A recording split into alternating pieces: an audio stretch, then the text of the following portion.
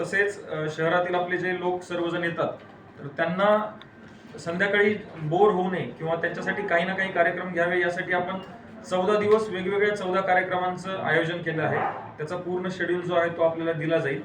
आता 8 तारखेला जागतिक महिला दिन झाला, तर आमची अशी इच्छा होती की आपण उद्घाटन जे आहे तर जनरली आपण नेहमीच राजकीय नेते वगैरे यांच्या हस्ते तर करतोच, तर आम्ही यावेळेस एक वेगळं असं ठरवलं की 11 तारखेला जे उद्घाटन होईल ते आपण नागपूर जिल्ह्यातील ज्या प्रतिष्ठित महिला आहेत किंवा जे चांगलं काम करणारे महिला आहेत, तर अशा आपल्याकडे पण जर कोणी असतील की ज्या नागपूरमध्ये आहेत पण ते नॅशनल लेवलला किंवा इंटरनॅशनल लेवलला त्यांनी खूप चांगलं काम केलेलं आहे, त्यांना रेकग्निशन मिळालेलं आहे, तर अशा महिलांना पण आम्ही बोलवणार आहोत. असे जर तुमच्याकडे पण जर काही नावं असतील तर तुम्ही आमच्या टीमला द्यावं.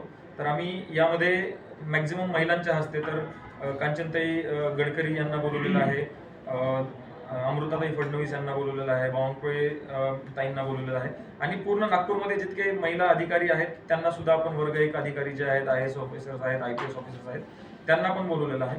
त्यामुळं 11 तारखेचा जो कार्यक्रम आहे तो ऍक्च्युली हे पूर्ण एक्झिबिशनच महिलांसाठी आहे.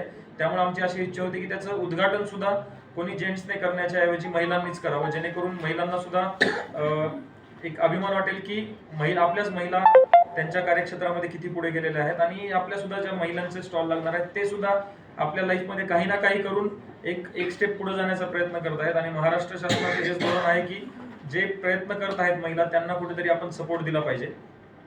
तर आपल्या हे कल्चरल प्रोग्राम्समध्ये सोनाली कुलकर्णी ज्या आहेत मराठी अभिनेत्री, तर त्या 11 तारखेला आपल्याकडे येणार आहेत. तसेच आपल्याकडे चला हवा उद्याची टीम येणार आहे आणि आम्ही यावेळेस एक अशा पद्धतीचा निर्णय घेतलेला आहे की आपल्या नागपूर विभागातील किंवा नागपूर डिव्हिजन किंवा विदर्भातील जे चांगले कलाकार आहेत किंवा साहित्यिक आहेत किंवा गझल नवाज आहेत, तर अशा जे उभरते सितारे आपण ज्यांना म्हणतो तर त्यांना चान्स देण्याचा आम्ही प्रयत्न केला आहे. गोंदियाचा एक 10-15 मुलांचा ग्रुप आहे, तर ते खूप छान गझलचे प्रोग्राम करतात, तर आम्ही त्यांचा प्रोग्राम एक दिवस ठेवण्याचा प्रयत्न केला आहे. तसेच यावेळेस एक नवीन गोष्ट आपण करत आहोत की जिल्हा परिषद नागपूर मार्फत नागपूर गॉट टॅलेंट, जसं आपल्याला इंडियाज गॉट टॅलेंट आहे तसं आम्ही नागपूर गॉट टॅलेंट करायचा यावेळेस प्लॅन केलेला आहे. तर त्यामध्ये आमचे फॉर्म्स जे आहेत ते ऑलरेडी फ्लोट झालेले आहेत. सिंपल त्यासाठी एक वैयक्तिक नृत्य आणि वैयक्तिक गायन असे त्याच्यामध्ये 2 कॅटेगरी, ते सिंगिंग आणि डान्सिंग, कारण की ते सगळ्यात सोपं आहे जज करण्यासाठी आणि जास्तीत जास्त लोकांना त्याच्यामध्ये इंटरेस्ट पण येऊ शकतो. तर त्यासाठी आमचा गुगल फॉर्म सुद्धा आहे आणि 2 व्हॉट्सअप नंबर्स पण आहेत. याची प्रक्रिया खूप इझी असणार आहे, नॉमिनेशन बहुत इझी आहे. तर त्यामध्ये एक आपण जी गुगल लिंक दिलेली आहे त्यावरती तुम्हाला फक्त तुमचा एक 100 MB पर्यंत व्हिडिओ अपलोड करायचा आहे. तुम्ही गाणं म्हणत आहात किंवा तुम्ही डान्स करत आहात. मग आता मला आणि त्यानंतर आमच्याकडे जी टीम आहे ते नॉमिनेशन स्क्रुटिनाइज करेल आणि त्यातील जे आम्हाला बेस्ट वाटतील त्यांना आपण महालक्ष्मी सरस येथे लाईव्ह परफॉर्म करण्यासाठी ठेवणार आहोत. जेणेकरून आणि यामध्ये आमची अशी इच्छा आहे की आपल्या जनरली मुंबई पुणे येथे भरपूरदा असे प्रोग्राम्स होतात आणि लहान मुलांना की 5 वर्षाचे असतील, 10 वर्षाचे, 15 वर्षाचे, त्यांना भरपूर संधी मिळते, पण नागपूरमध्ये तशी संधी मिळत नाही जनरली. त्यामुळे पण आपण हा प्रोग्राम ठेवलेला आहे.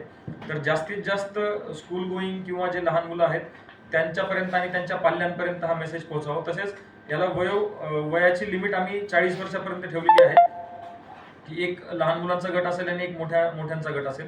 तर जे वय जरी जास्त असेल त्यांचं 25, 30, 40, तरी सुद्धा ते यामध्ये पार्टिसिपेट करू शकतील आणि यातून जे नॉमिनेट होतील आणि ज्यांचा आम्ही स्क्रुटिनी करू तर त्यांचे फायनल परफॉर्मन्सेस जे आहेत त्यांना खूप मोठं स्टेज मिळणार आहे. माझी अशी इच्छा आहे की आपण 3-4 दिवसांना एकदा हे उद्घाटन झाल्यानंतर आपण सर्व पत्रकार बांधवांनी तिकडेच आपण एक मीटिंग करूया, जेणेकरून तुम्हाला सुद्धा सर्व ते सेटअप जे आहे किंवा